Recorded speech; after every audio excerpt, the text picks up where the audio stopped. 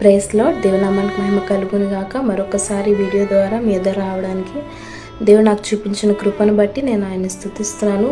దేవుని వాక్యంలో ఒక మాట ఉంటుంది, ఏంటంటే శాశ్వతమైన ప్రేమతో నేను నిన్ను ప్రేమిస్తున్నాను కనుక విడువక నీ ఎళ్ళ కృప చూపిస్తాను అని ఆయన వాగ్దానం చేస్తున్నారు. నిజమే అండి. ఈ లోకంలో మనుషులు మారిపోతారు, మమతలు మారిపోతాయి, బంధాలు వదిలేసి వెళ్ళిపోతాయి. ఎందుకంటే ఈ లోకపు ప్రేమలన్నీ కూడా వారి స్వార్థానికి తగ్గట్లు ఉంటాయి, అవసరానికి తగ్గట్లు ఉంటాయి, సమయానికి సందర్భానికి తగ్గట్లు మారిపోవచ్చు. కానీ నిన్ను నన్ను ప్రేమిస్తున్నటువంటి నా యేసయ్య ఆయన ప్రేమను కలువరి సిలువలో రుజువుపరిచారు. His love is tested and his love is proven on the cross of Calvary.